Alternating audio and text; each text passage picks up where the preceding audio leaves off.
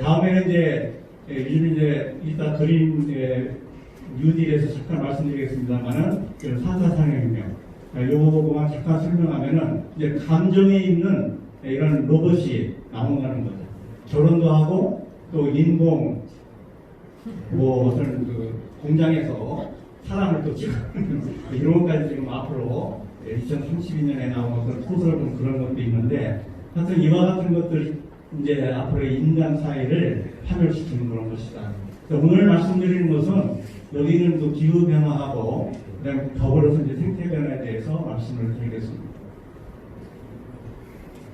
잘 아시는 것 같이 현재 이런 폭풍과 허리케인, 산불 이렇게 해서 또 일본에 재비해서 또 많은 피해를 받았죠. 이런 그 홍수나 폭설이나 이런 피해들이 엄청나게 일어나고 있는데 지난 4일부터 7일까지 일본에 홍수가 져가지고 79명인가요? 실종되고 죽었더라고요. 또 이제 중국에서는 지금 현재 한 달 정도 이제 폭우가 그 중남부에 지금 내리고 있어가지고 거기에서 141명이 피해를 받고 3,500여 명이 3,500만 명 정도가 지금 이재민으로 나왔다는 거예요.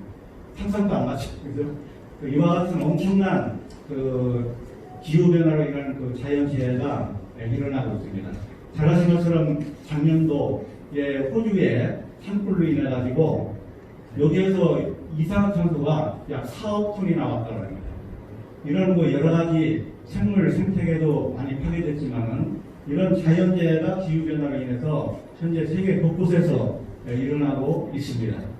이와 같은 원인은 바로 이제 화석연료를 우리가 처음으로 산업혁명이 일어나면서 산업혁명 시대에 일어나면서 엄청나게 이렇게 늘어나고 있는 것을 볼 수가 있습니다. 1750년대에 산업혁명 기간을 하는데 여기에서부터 이제 석탄, 석유, 이와 같은 LNG라든지 그런 화석연료를 인해 가지고 여기 보시는 것과 같이 이런 연료를 많이 씀으로써 여기 있는 CO2가 이산화탄소, 소위 온실가스가 엄청나게 발생되고 있습니다.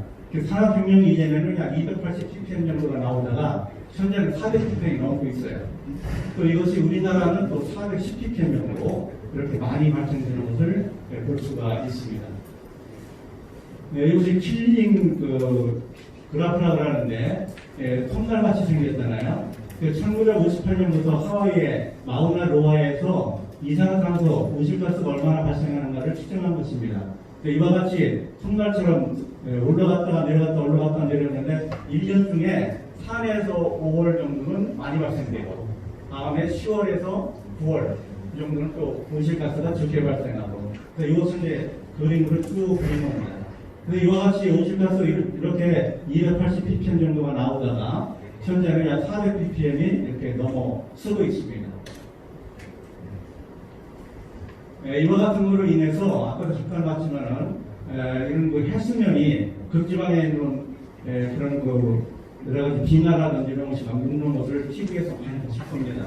이런 걸로 해서 해수면이 상승돼 가지고 태평양에 있는 많은 섬들이 이렇게 가라앉고 있는데요. 여기 있는 솔로몬 제도의 섬이 이렇게 변하는 것을 실제로 볼 수가 있습니다. 사무처 섬이 완전히 여기 섬이 이제 침수가 된 거예요. 해수면 상승으로 인해 가지고. 그래서 이제 기후변화에서 가장 높은 거가 하나가 이제 해수면의 상승입니다. 만약에 그린란드가 다 높게 되면 해수면 6m가 이렇게 상승돼요. 또 이제 남부까지 전부 다 높게 되면은 67m 정도가 넘는데 이 정도 되면은 지구가 완전히 물에 노아시처럼 잠기게 됩니다. 이와 같은 기후 변화에서 특히 이 북극에 보면은 온도가 이 빨간 것이 요 2016년도, 2017년도에 각각 측정한 건데 1년 사이에 약 10도씨가 증가되고 있습니다. 지금 북극의 온도가 많이 올라가고 있어요. 이거는 이제 2020년도에 상반기에 빨간 표시로 된 것이 이와 같이 온도가 올라가는 것을 우리가 볼 수가 있습니다.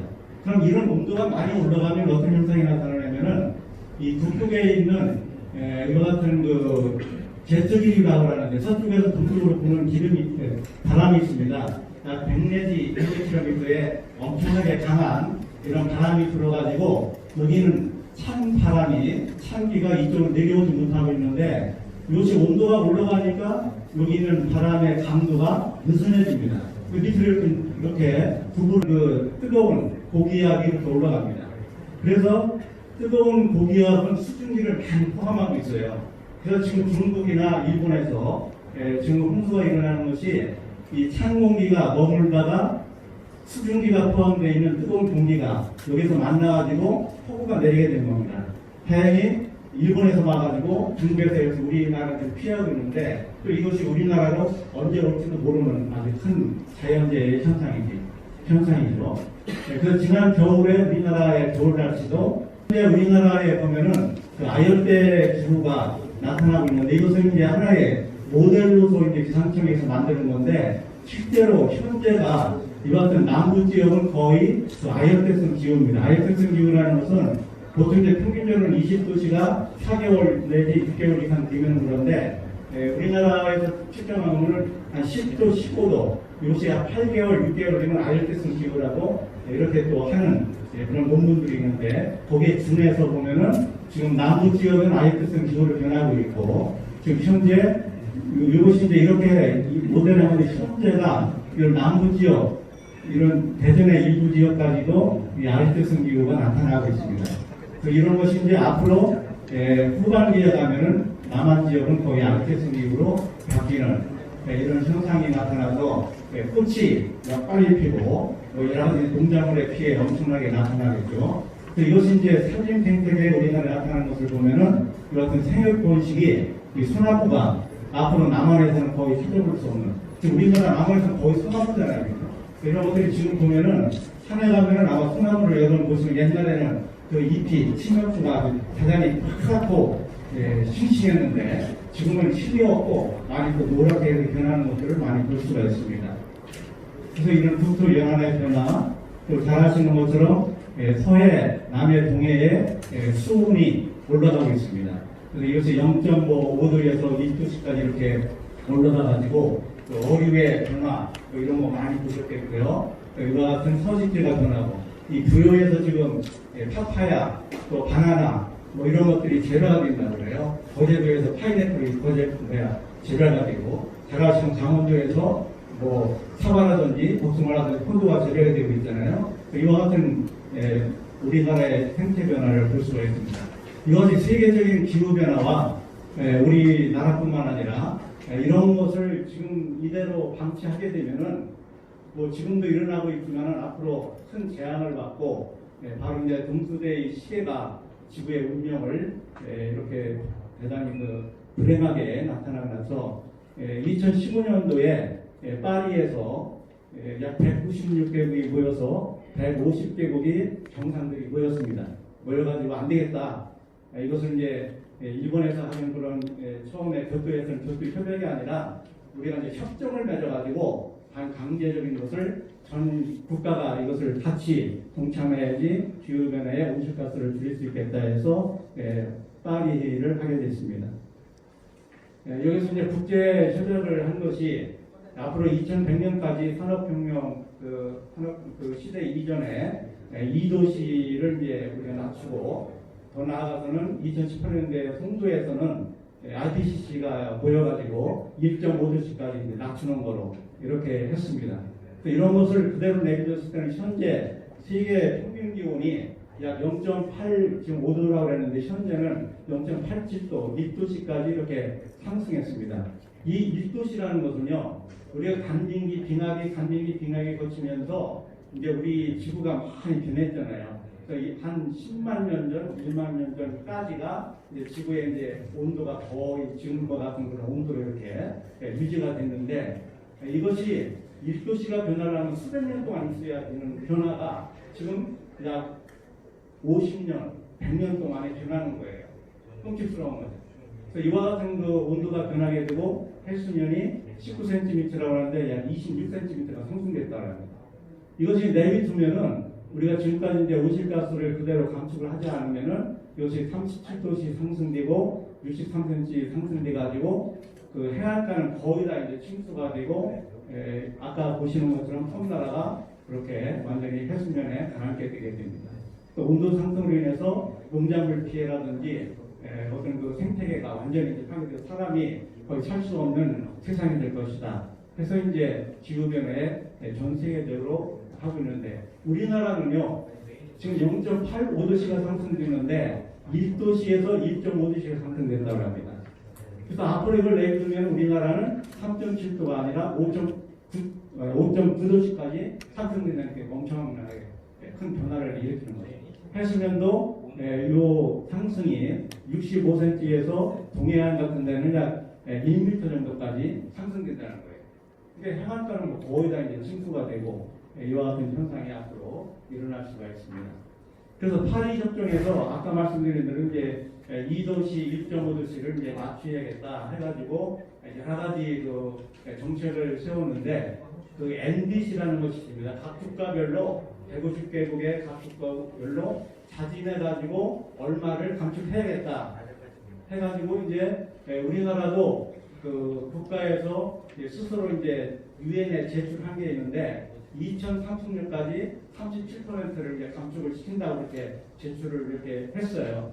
그래서 이것을 감축을 시키는 그런 여러 가지 정책을 이런 지방정부에서 하고 있는데 이 2도시를 막기 위해서 각 국가에서 제출해서 감축을 다 해도 할 수 없다는 겁니다.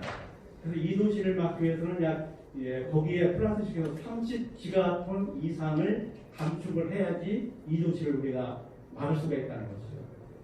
다음에 1.5도시라고 이제 송도에서 지난 IPCC에서 이제 국가 간 협의체에서 했는데 그걸 막으려면 저기 있는 것처럼 30억 기가톤 정도가 감축을 해야지 달성을 시킬 수 있다는 거예요. 현재 우리가 하고 있는 지금 국가에서나 지방에서 하고 있는 것도 다 하더라도 못한다는 겁니다. 그러니까 이거를 이제 더 적극적으로 해야 되는 그런 거로 있고요. 파리 기후 협정은 바로 이제 2도시, 1.5시 감축을 하기 위해서 이 CO2를 우리가 지금까지는 CO2가 나오는 것을 감축을 않고 그냥 방치를 시켰는데 이것을 여러 가지 방법으로 감축시키는 것을 이제 온실가스 배출 시나리오라는 것이 있습니다. 각 시나리오별로 이렇게 해서 해보니까 이렇게 감축이 되는데 파리 협정에서는 여기 있는 녹색 아까 말씀드린 그 정도로 해야지 이것을 감축을 시키는 그와 같은 거로 돼 있어가지고 우리나라는 그럼 얼마 정도 아까 말씀드린 37%를 감축한다고 그랬는데 2030년도에 약 8억 5천만 톤 정도가 배출 전망치입니다. 이게 전망치라는 것은 이거보다 더 많이 발생될 수도 있는 거죠. 이것을 37%를 감축을 하면은 5억 3,600만 톤 이 정도를 이제 줄인다는 거예요. 그러니까 이건 이제 국내에서 줄이는 거고 두 개의 시장을 통해서 줄이는 건데 이거는 하나의 로드맵이에요. 실제로 이제 이따 말씀드리지만 우리 개인이 기업이 공공기관이 이것을 같이 아까 철동 총장 저는 자꾸만 같이 총장님이랑 같이 있어가지고 그 교육감님이 말씀하신 대로 학교를 학생들이 같이 동참을 하지 않으면 시민들이 동참하지 않으면은 저거는 감축 어림도 없습니다. 지금 2020년대 감축하는 것도 지금 감축을 못하고 있는 형편이에요. 그래서 우리가 1인당 그 온실가스 배출량이 저희는 15.2톤, 2030년도에 16.3톤. 아주 우리나라 지금 세계 3위 그룹으로 한 사람이 온실가스를 많이 배출하고 있어요. 이렇게 해서 이제 이와 같은 기후 변화가 일어나가지고 이런 것을 어떻게 이제 대책을 세울 것인가를 토론 패널에서 이제 할 거고요. 두 번째는 여기 있는 그 생태계 파괴입니다. 오늘날 그 바이러스라든지 세균이라든지 이런 것들이 전부 다 어디에서 오느냐면 자연에서 오는 거거든요. 특히 동물이 갖고 있는 것을 인간이 그것을 전염이 되는 거예요. 지금 생태계 파괴는 저도 생태계는 두 가지입니다. 이런 피라미드라는 것이 있고 두 번째는 이것은 고리가 있습니다. 하나의 구성이 피라미드로 구성이 돼 있어야 돼요. 하나는 저런 구리가 단단하게 아주 끈끈하게 결합이 돼 있어야 돼요. 근데 이것이 아까 피라미드로 삼각형이 파괴가 됐어요. 왜 파괴가 됐냐면은 우리 사람들이 자연을 막 훼손시키잖아요. 지금은 대전도 보면은 옛날에 도안 신도시 거기 보면은 거기 동물원이 있고 그러는데 다 뭐였어요? 대전에 사시는 분들은 논과 밭과 산이었습니다. 그럼 뭐가 살았어요? 새가 살고 동물이 살고 벌레가 살고 이런 것들이 전부 다 저와 같이 서로 협조하면서 공생하면서 먹히고 살았어요. 근데 이런 게 딱 없어졌잖아요. 다 어디로 갔어요? 서식지를 인간이 뺏은 거잖아요. 다 어디로 갔어요?